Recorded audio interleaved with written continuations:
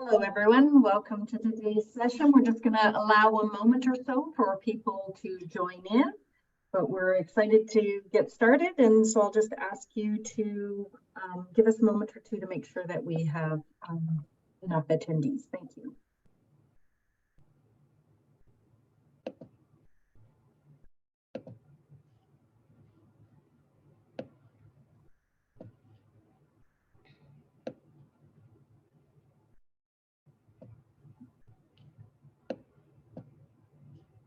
Okay, in the interests of time, I think we'll get started. Welcome to today's session, and it's focused on diversity, equity, and inclusion in marketing. My name is Lisa Kelly, and I'm new business manager at the Ontario Chamber of Commerce. First of all, thank you all for taking the time out of your day to join us. We really appreciate that. Welcome to the Ontario Chamber of Commerce and the Diversity Institute's webinar. In this webinar, we're joined by Nadine Spencer and Nancy Mitchell, and they'll cover the concepts of inclusive marketing and how to best apply those practices to your organization. This session is going to highlight key concepts around inclusive marketing, marketing gone wrong, that should be an interesting one, inclusive campaigns and their impact, and how to build effective inclusive marketing strategies. Now, before we start, I would be remiss if I did not acknowledge that the City of Toronto is located on the traditional territory of many nations, including the Mississaugas of the Credit, the Anishinaabe, the Chippewa, the Haudenosaunee, and the Wendat peoples. And of course, it's now home to many diverse First Nations, Inuit, and Métis people. The city also acknowledges that Toronto is covered by Treaty 13, which was signed by the Mississaugas of the Credit, the Williams Treaty signed with multiple Mississaugas, and Chippewa bands. And I'm just giving it a bit of pause for our American Sign Language interpreter. Now, it's my pleasure to introduce our two presenters today. Nadine Spencer, hi Nadine, nice to see you again, is the former president and currently the CEO, Chief Executive Officer of the Black Business and Professional Association, the culmination of a groundbreaking two-decade career in entrepreneurship. At BBPA, or the Black Business and Professional Association, Nadine has designed and implemented culturally relevant programming. She's expanded and executed the organization's strategic growth plans and leveraged partnerships with the board of directors and interdepartmental leaders to improve Black business visibility while disrupting long-standing structural inequities. She's also the founder and CEO of Brand EQ, where she has accelerated growth and brand visibility for a diverse client portfolio of major national brands, government entities, banks, and prominent nonprofits. Prior to both roles, she founded and managed Q Gourmet Inc., launching several strong North American food brands. Nadine, that's quite the resume, and welcome today. Thank you. Okay, we're also joined by Nancy. Nancy Mitchell is a senior program manager at the Diversity Institute. She holds a master's degree in political science with the graduate collaborative specialization in women and gender studies from the University of Toronto. Nancy's professional background is in gender equality and diversity, equity, and inclusion. She previously worked with UN Women supporting numerous initiatives, including ending violence against women, women's economic empowerment, women's entrepreneurship, representation and inclusion in media, and others. At the Diversity Institute, Nancy has worked with stakeholders across the public sector, private sector, and civil society to develop research and supports stakeholder efforts for DE&I work. Her work focuses on diversity and inclusion on boards and in senior leadership, inclusive entrepreneurship and innovation, developing strategies to advance diversity, equity, and inclusion within companies, organizations, businesses, and others, and eliminating anti-Black racism and microaggressions. Welcome, Nancy.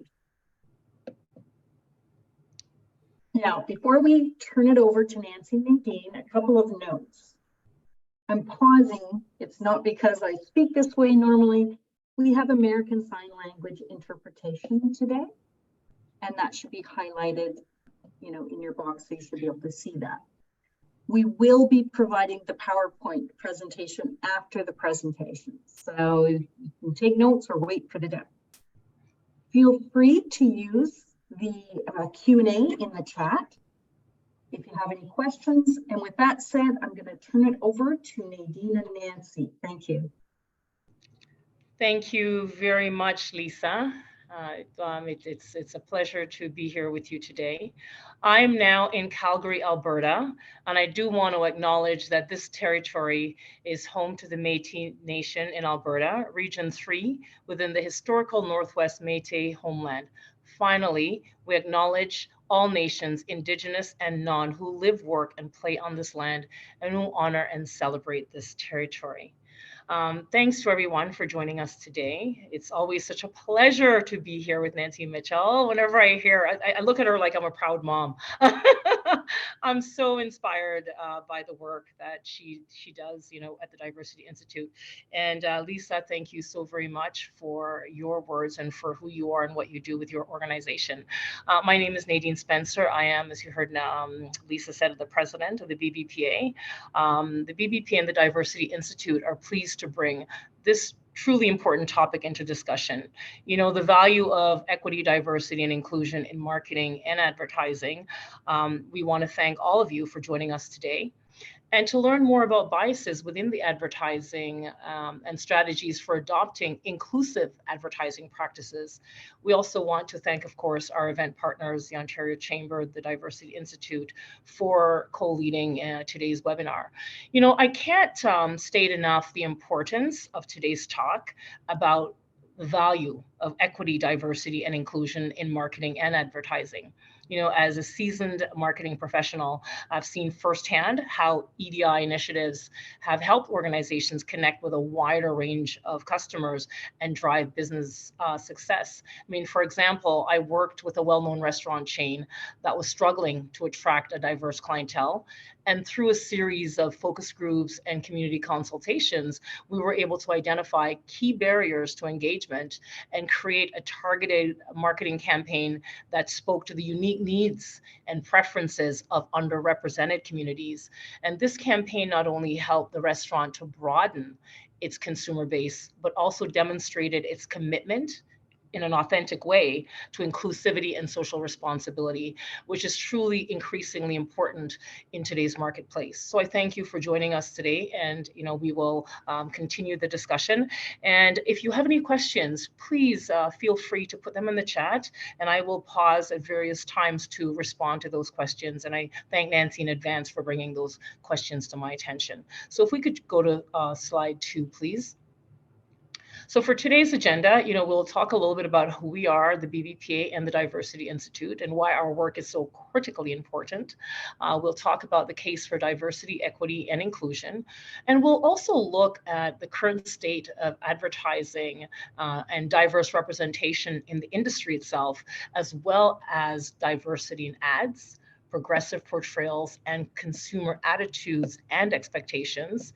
And we'll look at inclusive marketing principles for promoting diversity and inclusion in marketing and advertising, and also strategies and thinking through about organizational processes and policies that can be in place. And then, of course, we'll have our Q&A at the end. So if I could go to slide 3, please.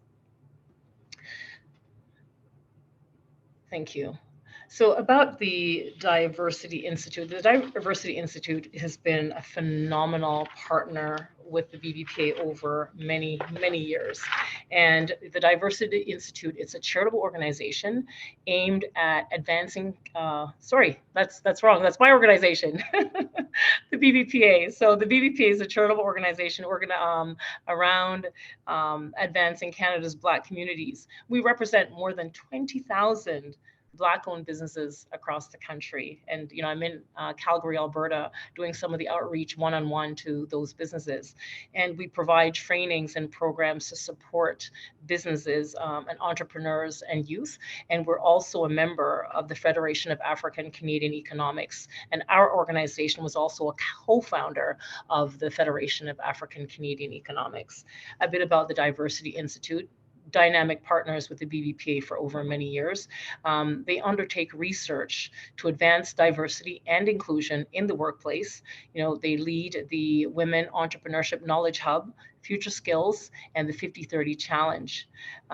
They also develop customized strategies, programming, and resources for diverse organizations, including Rogers Communications, Starbucks, and Metrolinx. The Diversity Institute has 130 full-time staff, research staff, and 250 plus industry community partners and government partners. And they're named a UN Prime best practice for their work. If I could go on to slide 4, please. Thank you. So we know that promoting diversity, equity, and inclusion, as well as addressing and eliminating stereotypes, particularly in the advertising space, is not only the right thing to do, it's the smart thing to do. And we see positive benefits for organizations, both internally and externally, when they adopt efforts to promote EDI. Demographics in Canada is changing. Racialized and indigenous populations, as well as the percentage of people living with disabilities, have grown and is growing across Canada. Further, a large part of the 2S LGBTQ plus population in Canada are youth ready to enter the labor market. The logic then flows that organizations that intentionally mitigate barriers for people in all their diversity to obtain roles within the company, and organizations that promote inclusive workplace cultures are truly better placed to attract and retain talent. It is also important to note that consumer demographics are changing, and so are consumer preferences. Studies show that consumers may lean towards purchasing from companies that reflect their values, and we see more and more of this today, especially in what we call the cancel culture. So in recent years in particular, we've also seen consumers holding brands accountable for stereotype advertising and branding, either by speaking out or by putting their money where their mouth is and shopping elsewhere. So ultimately, we know that promoting diversity, equity, and inclusion and addressing stereotypes have positive impacts for organizations within the advertising industry. Slide 5, please, the next slide. So despite the positive benefits of promoting diversity, equity, and inclusion within the industry, we see disparities. They still persist internally within organizations in the Canadian industry.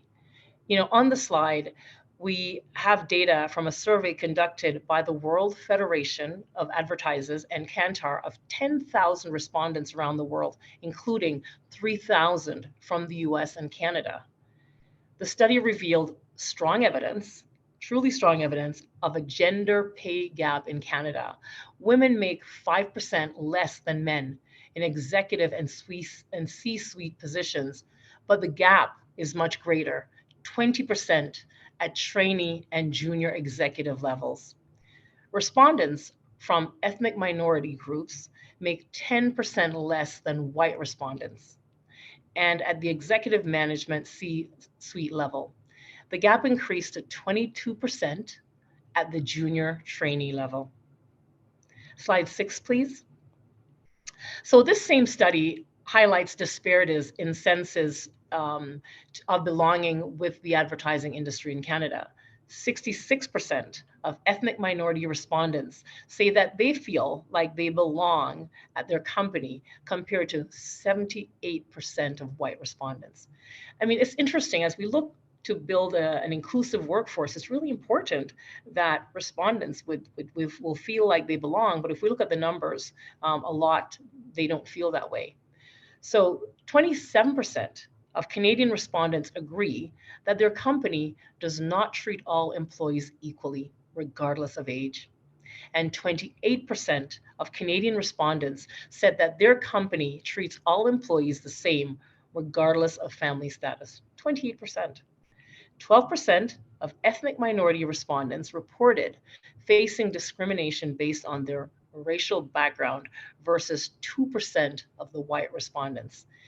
A point of intersectionality, this same study revealed that in the industry in Canada, white women reported a sense of belonging of 76%, but this drops to 54% for Black women feeling a sense of belonging in an organization. You know, the data is so important, and it's important because then we understand truly what it means. But when I see the data, it saddens me to some degree when you see this, that 54% of Black women feel welcomed or sense of belonging in their organization. So we can see the challenges of what this would mean for employees in these scenarios. If I could go to slide 7, please. So patterns of inequality within the industry persists. According to a study from the Canadian Marketing Association, according to the study, 498 respondents, 63% of respondents in companies with little leadership diversity report experiencing microaggressions.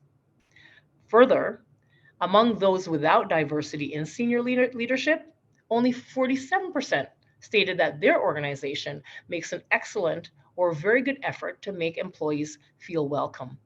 On the other hand, among those with a well-diversified leadership, 87% of respondents felt that their organization makes an excellent or very good effort to make employees feel welcome. The statistics highlights the difference diversity can make in an organization. And there it is. You know, in law, they say res ista loquitur, the thing speaks for itself. You can really see here how the data and the numbers speaks for itself. You know, 87% of respondents feel that organizations that have diversity, equity, and inclusion in their mandate, it makes the employees feel more welcome. If I could go to slide 8, please.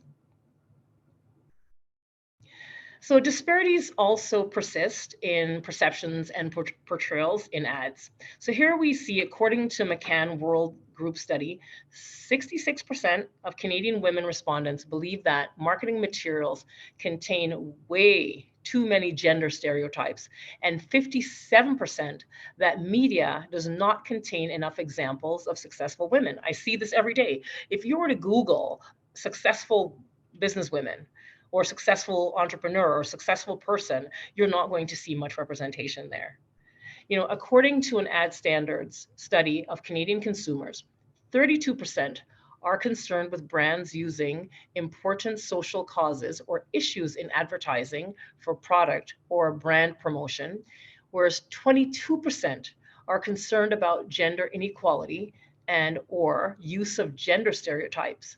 Gen Zs report the highest concern compared to other groups. Slide 9, please. So we've spoken about disparities that exist among those working in the space and concerns individuals have about stereotyped ads themselves. And we also know that consumer expectations are shifting. In Canada, the correlation between brand authenticity and overall trust has increased this past year. You know, authenticity contributes to consumers' likelihood of recommending the brand to others. And I see this a lot with certain type of wear. When they love a brand and they recommend it to their friends and their friends buy it and so forth. You know, US Microsoft study findings shows that 72% of respondents were likely to support brands with authentic advertising. After viewing an ad deemed inclusive, purchase intent lifted particularly for women by 26 plus points. According to a global Salesforce study, 66% of consumer respondents have stopped buying from a company whose value didn't align with theirs. This is up from 62% in 2020. So we can see the shift. Slide 10, please. So now that we have a better understanding of the context, including the current state of EDI within the Canadian advertising industry, current perceptions of portrayals within ads and consumer expectations, we want to walk through inclusive marketing principles and strategies for mitigating biases within ads. On the slide, we have Salesforce inclusive marketing principles, as well as additional principles. So principles include starting with the tone. This for me is key. Starting with the tone, being intentional with language. How are we intentional with language, and how are we inclusive? Considering context, ensuring representation, avoiding appropriation, which is key, and then counter stereotyping. And additional principles also include authenticity as a key driver. What we see a lot in the industry, and we see this on social media. If you look at various TikTok channels, there's oodles of hashtags talking about brands who are authentic, the true authenticity of their work, and it's really clear, and consumers are responding more and more. And for brands who are not being authentic, they're calling them out. And another thing that we have to look at is to avoid woke washing and tokenism by ensuring EDIs prioritize internally, creative teams and leaders, and externally in ads, branding, and marketing. And we're going to slide 7 now. But one of the things that we do at our organization, we sort of look at inclusivity in marketing campaigns, and it's really important that diversity and inclusion means that we are at the table, because they say it's not a blame game, it's an explain game. If you don't have representation at the table, how do we know that it's not culturally appropriate? How do we know if we're truly being adding representation? How do we understand what the cultural appropriateness is for these campaigns? And that's why it is really important to have creative leaders at the table. So the next slide, it says a crucial piece that impacts whether advertising is stereotyped or whether individual in ads are empowered relates to the tone of the piece. It is an important informative tone, or is it a somber tone? Is it a light or happy tone? What is the overall messaging being conveyed? So when we are portraying a specific tone, who's often featured? So establishing the overall messaging is crucial for then identifying gaps and stereotypes in the ways in which in print, on or off screen are framed. In regards to intention, it is crucially to carefully consider every word, every symbol or phrase, and not just what the words say, but how they're said and by whom, because context is so important, and that's where the tone comes in. So when we consider tone and intention, we need to think about, the lighthearted commercials we often see promoting household cleaning products, or a lighthearted commercial about a husband and wife where the husband is trying out a new dishwashing detergent. And he may have the intention of being carefree, but many times these ads divulge into reproductions of gender roles and symbols. The nagging wife, we've seen that a lot, or the clueless husband, paying mind to intention, symbolism, and how and why things are said is critically important. The next slide, please. I'll pause here for a moment. Nancy, are there any questions that I need to pause and take a minute to answer? We don't have any questions in the Q&A box right now. So I think you're good to keep going, but if anyone does have a question, feel free to pop them in the Q&A box. Fantastic, thank you so much. And so overarchingly, people want to see themselves reflected in the media. It is so critical. It helps them to feel empowered, inspired, and heard. So before publishing and advertising, we should ask, does this truly reflect society? Does my ad ensure to showcase a variety of different individuals engaging in different activities? Am I consistently showing people of one gender or one race engaged in one activity compared to another? Have I shown individuals in different ways that respect their dignity? I cannot state enough how critical this is.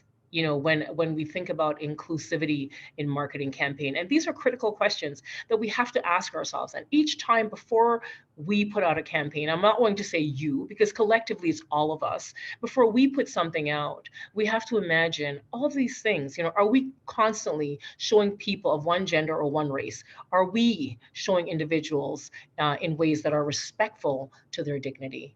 Next slide, please. So, you know, coupled with this is considering the context.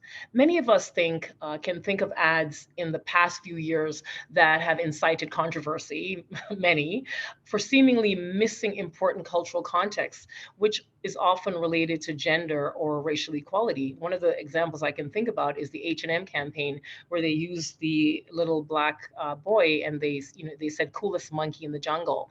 Now, I think that if someone like me was at that table, or someone like Nancy, we would have said, hey, we might want to reconsider that. But, you know, like I say, is maybe the individuals at that table in that agency didn't understand. I want to lean on that. And if we don't understand, there's an opportunity here through workshops like this to understand what representation truly means. And then we can avoid those missteps. So if I could go to slide 14, please. So we all want to promote diversity in the print and in video media that we produce. That's important.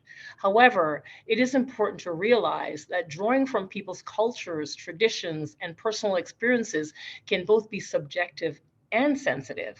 You know, being mindful of the nuance and historical context, honoring and learning the culture, seeking guidance and diverse opinions, and evaluating intent and impact, and elevating authentic voices are crucial. You know, the image on the slide, for example, portrays a brand's Bollywood-themed promotional video, right? It's featuring an all Malay cast. The ads were criticized online for appropriating Indian culture and for not having any artists of Indian ethnicity in its video. The example is a reminder to advertisers to how individuals authentically, how to show them authentically and to cast appropriately. I don't know if you're all familiar with the Skims line by Kim Kardashian. It's a line of loungewear and lingerie. So when she was first launching the line, she called it kimono, because Kim for her name and kimono.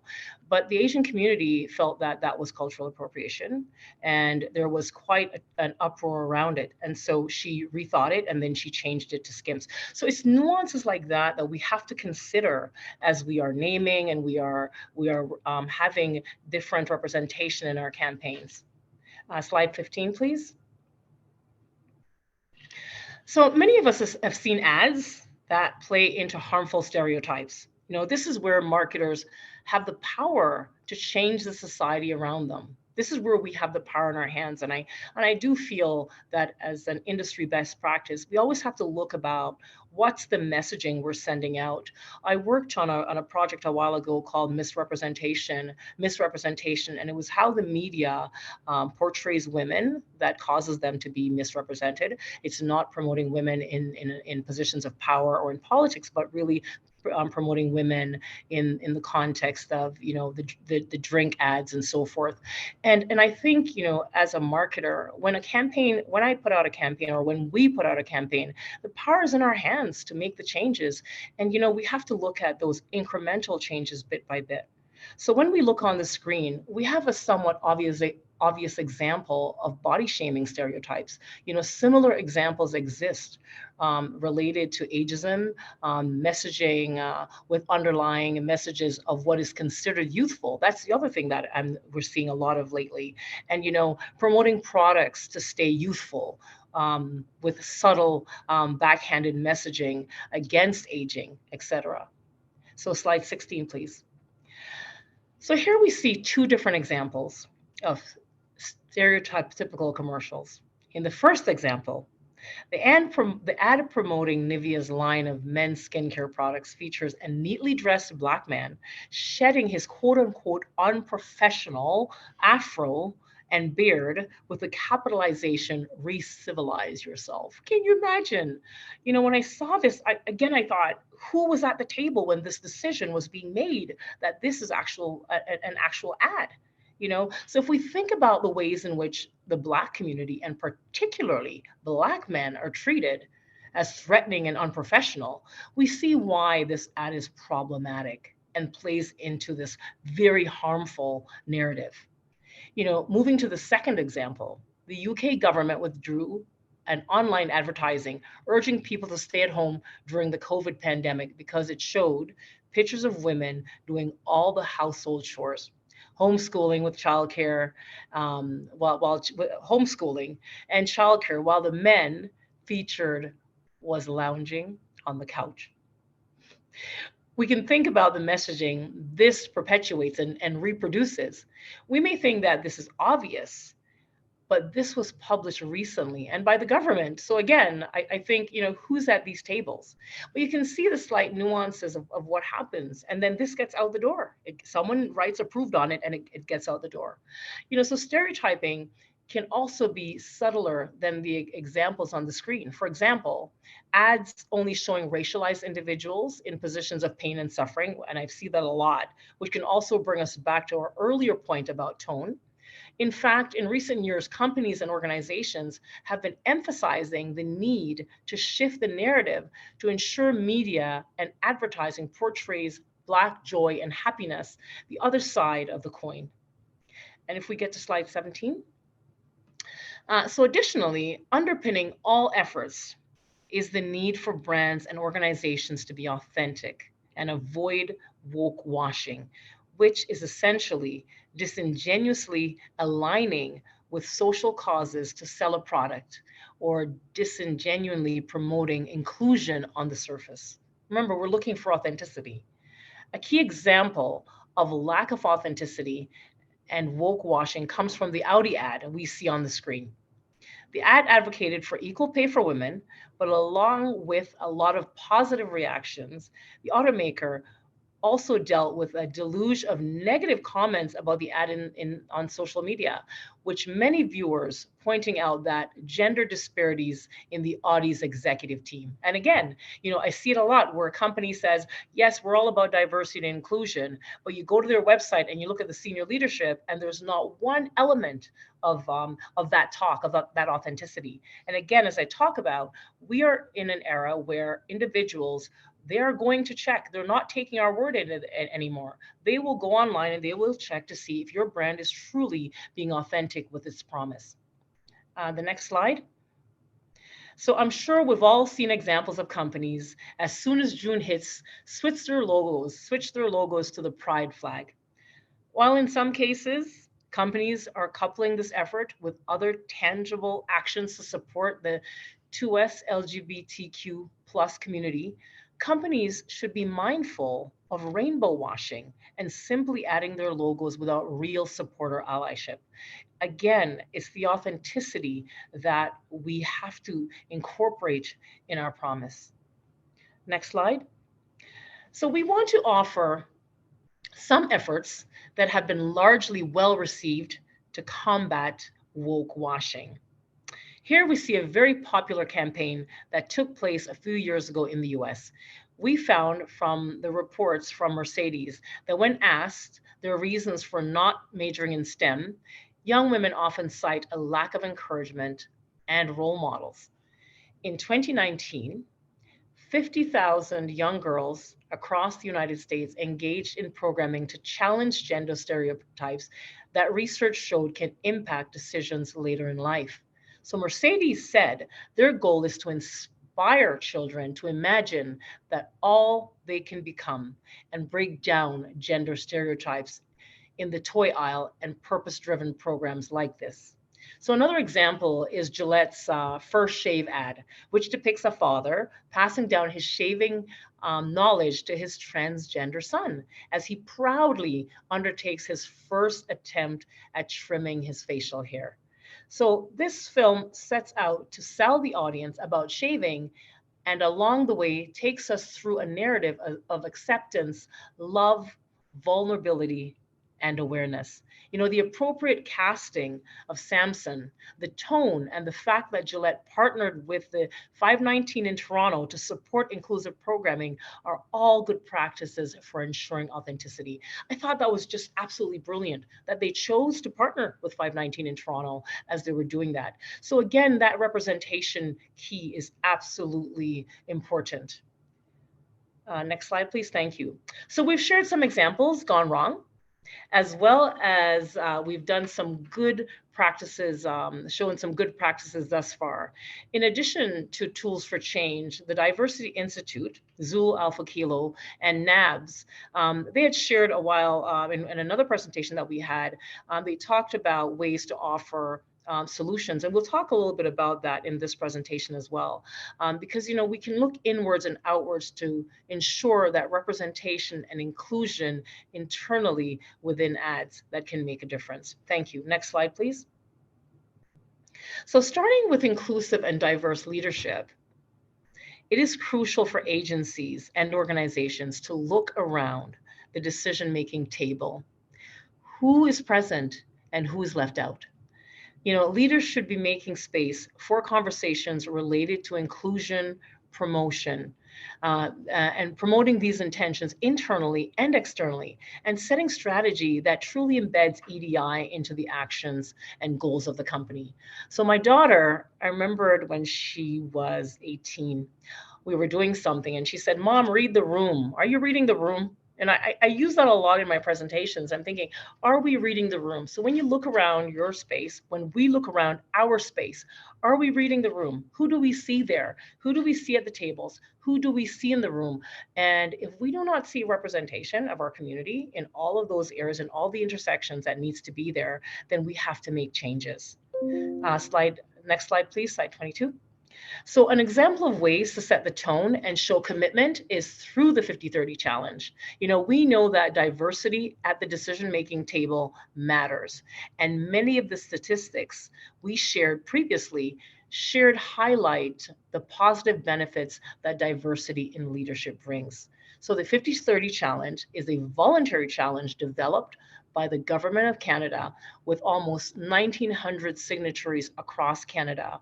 It encourages organizations like yours, of all types and sizes, to strive for gender parity and significant representation of equity-deserving groups on boards and/or in senior leadership positions, and to provide organizations the tools and resources to do so. It's a win-win. You know, so we encourage leaders within organizations to sign on and to receive supports for ensuring diverse representation and inclusion within organizations, and particularly in leadership positions. So for more information on the 50-30 challenge, including the tools, please visit diconsulting.ca. Slide 23, please. Nadine? Yes. We do have a question, and I think it would be great to ask now as you're about to talk about recruitment, human resources, et cetera. Do you want to take that question? Absolutely. I can't see the chat, so can you tell me the question? Definitely. So it says, "Hi, Nadine. In general, brands are more sensitive these days than 20 years ago on diversity in marketing. However, some ads or media content is superficial, adding people of color or LGBTQ2 people for the sake of telling people your brand is inclusive. So, Nadine, when a company does not have in-house resources nor resources for their existing traditional agencies and do not know how to recruit the right people or the right agency to help them, what advice would you offer to these decision makers to build EDI marketing infrastructure and strategies to ensure sustainable and measurable efforts?" Thank you for that. And we're going to be going into that, into the human resources section. But as someone who runs a marketing agency, and we really do look at cultural sensitivity in marketing, which is all the things I talk about, the first thing is to get to the point where if you don't know, you don't know, and that is completely okay. But if we don't know, then we have to look and find the answers. So the fact that you're here today is a big plus. It's a win. It's an advancement for you and your organization. And that's what we need to do, is just continue to search and look for for the resources out there. The Diversity Institute is your best first stop, because as I mentioned in the information about the Diversity Institute, we have 1,900 partners that like the Black Business and Professional Association, other organizations that lives in this space that can be a resource to you. So that would be my recommendation. I founded a creative marketing agency, and there's many others like the one that I founded that are individuals that look like me, that can be part of your organization, can be part of a larger organization. And you know what? Diverse agencies like Brand EQ, like others that we've worked with, HWO, they want a seat at the table. They want to be a part of the conversation, a part of the narrative that can help to guide these campaigns and make it authentic. And also, when I think about authenticity, like we think about that Gillette campaign where they included 519 Toronto, I think those are some of the things. You want to include the groups that you are bringing into your campaigns. Ask them. Focus groups are key for that. One of the focus groups we did last year at our organization, we were redoing our scholarship pages, right? I'm 55. I'm not looking for a scholarship to go to school. And the individuals that we had in that space, they were 15 to 25. So you know what we did? We brought in a group of 30 of them, a 15 to 25-year-old, and they walked through our scholarship page. And some of the questions they asked, they said, well, why do you have this button here when we have to get to section 29 to find out if we're approved? It was a whole different context that we did not know. We did not recognize from where we were sitting. So I can't state the value of bringing in groups like that. So whether it's from the LGBTQ community, whether it's from the Black community or any other equity-seeking community, to bring in as focus groups for your campaign or just for advice. And I hope that helps. Anything else, Nancy, before I go into the next slide? I think we can keep going. Thank you. Thanks for that question. So human resource actions are also crucial for promoting EDI within organizations. Adopting strategies for inclusive hiring, particularly in creative teams, has an impact both internally and a trickle effect of hopefully ensuring that ads developed are more diverse and thoughtful. Next, please. So we can see that culture within a company plays a large role in whether people feel valued and subsequently want to stay. And the Diversity Institute and Zulu Alpha Kilo, when they were here, they talked about inclusivity in marketing and how inclusive cultures can be fostered through policies geared towards anti-harassment, EDI, and others. But they can also be fostered through the daily interactions we have with one another that promote openness. Next slide, please, thanks. So in order to ensure both accountability and longevity of EDI efforts, it's important to measure and track progress and outcomes. And I have to tell you, my colleagues, this is critical that we're able to measure and track progress and outcomes. And this can be done through staff surveys, collecting demographic data, and others to identify gaps in representation, gaps in feelings of belonging and inclusion, and then monitor the success of initiatives to address these gaps. Next slide, please. So important for this industry is diversity and inclusion across the value chain, including procurement efforts, vendor selection, product development, and product marketing. We've gone over some do's and don'ts within the presentation, but overarchingly, good practices include ensuring that products are accessible, and subsequently, so is advertising. For example, alt text, closed captioning, etc. And ensuring that ads reflect people in all the diversity and that portrayals are empowered. Ensuring that representation within the creative process so that individuals in print and on screen are portrayed authentically, and coupling inclusive advertising practices where possible with meaningful actions to uplift the community. When I was telling my daughter about today's meeting, and we have a lot of conversations about this, she said, it's interesting how when we talk about the luxury market, it's very few Black individuals are featured in those ads, because there's an understanding that Black people are not wanting luxury, or shouldn't be part of a luxury brand or luxury, or they're not deserving of luxury. And it's something as nuanced as that. As we look into certain spaces, when I look across, and I won't call anybody out because I don't like to sometimes publicly call out brands, but when you look at certain high-end brands, you don't see representation in them. And I'm thinking, well, you're really excluding a huge audience when you're not inclusive in your representation in your ads. Slide 27, please. So this brings me to my final point on uplifting communities. Part of the reason we see brands getting called out for woke washing is because they promote diversity outward, but the inner efforts do not match. And I see it day over day. Or because they claim to support a community through diverse advertising, but have not made any effort whatsoever to uplift that community in practice. There are a couple of things organizations can do in terms of outreach. Namely, expanding the pool of the next generation of diverse advertisers. This can be done through internships, educational efforts, awareness, and networking opportunities. Further, where possible, couple your efforts for inclusive advertising by giving back. This can be done through donations, time volunteering, partnering on a program for change, etc., and mentoring. I'm going to make a shameless plug. We're looking for mentors for one of our programs, and also individuals to hire diverse youth into your organizations. I think these are great ways of getting representation at your table. So if you're interested in an intern, or you're interested in hiring a Black youth, please reach out to me, Nadine, at bbpa.org, or you can also reach out to our colleagues at the Diversity Institute. But those are things that you can do, and they're easy. It's what I call the low-hanging fruit. It really is quite easy.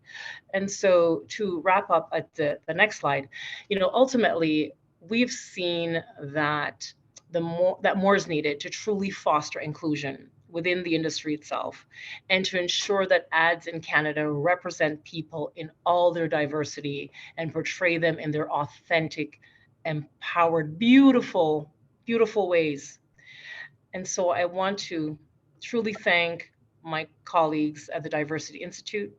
I want to thank the Ontario Chamber of Commerce. I want to thank you, Nancy, and all the individuals involved in this, and all of you for being here, because I think the first part of understanding is showing up, because when you show up, you hear another narrative, and knowledge truly is key.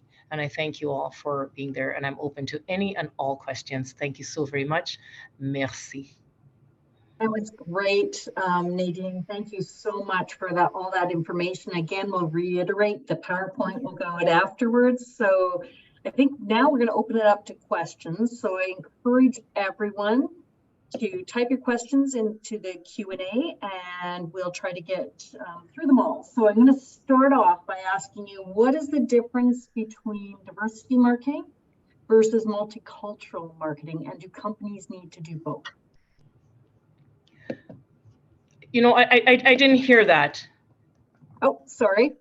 What's the difference between diversity marketing versus multicultural marketing, and do we need to do both? I think, diversity marketing is when you really are bringing all individuals at the table. It's to look at what it is, who you're marketing to, and looking at true representation. Multicultural marketing refers to the practice of interchangeable, people use these two concepts interchangeable, right? But multicultural marketing refers to the practice of creating campaigns that target specific cultural or ethnic groups. The goal of multicultural marketing is to create messaging that resonates with unique needs and preferences and so forth, and values of these groups. And that differs from a broader population. It acknowledges the different cultural backgrounds and how influence people can perceive and respond to those messaging. But diversity, on the other hand, refers to the range of different backgrounds and experiences and perspectives that people have to bring to an organization. So it's really from the people lens to the organization, and it encompasses a broad range of factors, including, race, ethnicity, gender, age, sexual orientation, religious, and socioeconomic status. You can see the range of diversity there. And so that's the difference between the two. Okay, so that actually goes into another area of diversity, which is ability. So we have a question saying, I was wondering regarding the large percentage of Canadians living with a disability. So that's about 20%. Just starting to see more people living with visible disabilities in advertising. What I don't see is a lot of discussion on inclusive design and creating advertising that is inclusive for people with disabilities or visible impairment. Do you have a comment on that?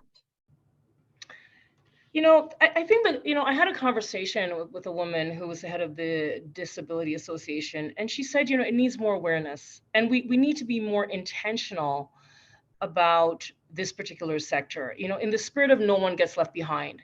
But for some reason, we do leave it. And I say, when we're speaking, I always use the we. When I look and I see the ASL interpreter here, I think this is amazing. One of the things that the Diversity Institute always does, when we work with them, Wendy always asks, is it accessible? Is it accessible? Is it accessible? She never stops asking. And I think that's what we have to do. So I thank you for the question. And it is more of what we have to do. And as we build out, like, one of the things that I do in the work that I'm doing is I champion that always. I say, is the website accessible? Are the print graphics accessible? But it needs more awareness. It needs more awareness, and it needs more resources. And I think, when we look at the resources, some companies, they say to us, they said, oh, we can't afford to have our graphics or our website be accessible because it costs us more money. But I think we have to be more intentional. We have to then seek support. So whether it's with partners like the Diversity Institute, whether it's government, for small entrepreneurs that say, we can't afford to have this, but it's very different than the bigger organizations that can afford it. I think maybe the number one thing in my response would be is to have more of this diversity at the table, because if we have someone at the table, then they're able to say, hey, you're forgetting about my sector, you're forgetting about me, so I think that's what it means. What a great point. And I'll actually pop a few resources into the chat for people to, regarding disability inclusion. Okay, so we have another comment, and maybe you just want to comment on the comment. Inadequate policies and procedures in human resources practices may lack policies and procedures that promote diversity and inclusion and protect employees from discrimination, harassment, and bias. So obviously go to the Diversity Institute to learn more on how to help that, but any other tools or spaces or places that we can look for to address that? I say, obviously, the Diversity Institute, WEC, I look at organizations like the BBPA, the work that we've done over the past 20 years to educate individuals. So we work in the space of Black entrepreneurs, but we also work with allies to inform them of the true Black experience. And, I can't state enough around the focus groups and what that means. It gives us an opportunity to speak our truth, and to, in the spirit of allyship and knowledge, it gives us an opportunity to understand what it means to be left out, and policy is key, and I think the conversations that we have with government all the time about representation, you can't see it if you can't be it. So as we're hiring, what does that look like internally? As we're hiring, and then it's the ongoing training, because I think that when we talk about unconscious bias and we look at what we know, we know what we don't know. We know what we know, right? And when we know, we should do better, but it involves training. It involves ongoing training, and the training cannot stop. It has to be ongoing. So just like I mentioned in the first question about the disability, we have to have that ongoing all the time. And it has to be on the agenda. It has to be included in everything. I think that's an amazing point. And I popped in some information about inclusive design toolkits and approaches in the chat if people are interested.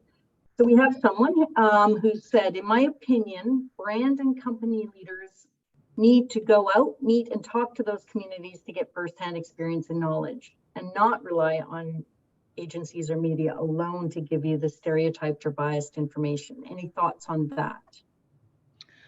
Yeah, I absolutely agree. I absolutely agree. You know, I think companies, when I think about authenticity in our environment, I lean to organizations that come out. So there's a gentleman, his name is Andy, and he runs an agency, and he reached out to me and we talk about, you know, DEI and what that means. And I talk to individuals at the school board, and we talk about what does it mean for, like, how do you feel? How do you feel? How does your audience feel? And where do we learn more? And you know, I get the conversation from our corporate clients. As a white Anglo-Saxon male, I don't know. And that's okay. But there's a lot of resources. The book on how to be an anti-racist, for example, that's a great book, right? There's so many other resources that I could pull from. But you know, when you don't know, nowadays in the world of Google and the resources that we have, I think it's not enough to say anymore that we don't know or we don't know where to go, because there are a lot of places. Here's one takeaway that I got from one of our corporate clients. We were in a round table, and one of the gentlemen said, you know, I'm a privileged white male, and I make it a point of duty to, at the lunch table, I don't just sit with my colleagues. I meet everyone at the young table, at the lunch table. So I go to the interns, I go to the junior employees, I go to the Black network group. I meet with all the different groups in my organization so I can understand. You know, Steve Covey says, seek first to understand. Who are you breaking bread with? That's such a low-hanging fruit. Who are you having lunch with? I think those are some of the areas. And when we authentically connect human being to human being, you will then learn about what we are feeling, how we feel about representation, how we feel about being in an environment where we may not feel supported. Like, you hear the numbers of how, you know, women of color feel in an environment. You know, we don't feel supported. We don't feel secure. So how can we have that conversation and then reduce those barriers for the individuals? A great thought, and unfortunately we are right at the end of our time. I'm going to give Nancy, do you have anything you want to add to this discussion before we wrap up for the day? Yeah, I mean, I think Nadine covered it all. I would say a really big takeaway for me is authenticity is key. And so going back to the comments about disability, representation is really important. I think it's important for people to see themselves reflected in the media, but making that content accessible only furthers that inclusion and it makes it authentic. So I think overarchingly, authenticity is key for sure. I agree. Well, what a great session. I want to thank Nadine, Nancy. Thank you, everybody who attended today. A special thank you to our ASL interpreters. And be sure to look for the follow-up email with resources that we discussed today. We'll try to answer any outstanding questions directly that have been left in the chat. And be sure to complete the survey about your experience in this webinar so that we can improve and offer you more valuable webinars in the future. So thanks again, and everybody have a great day. Yeah, thank you. Take care, everybody. Bye-bye.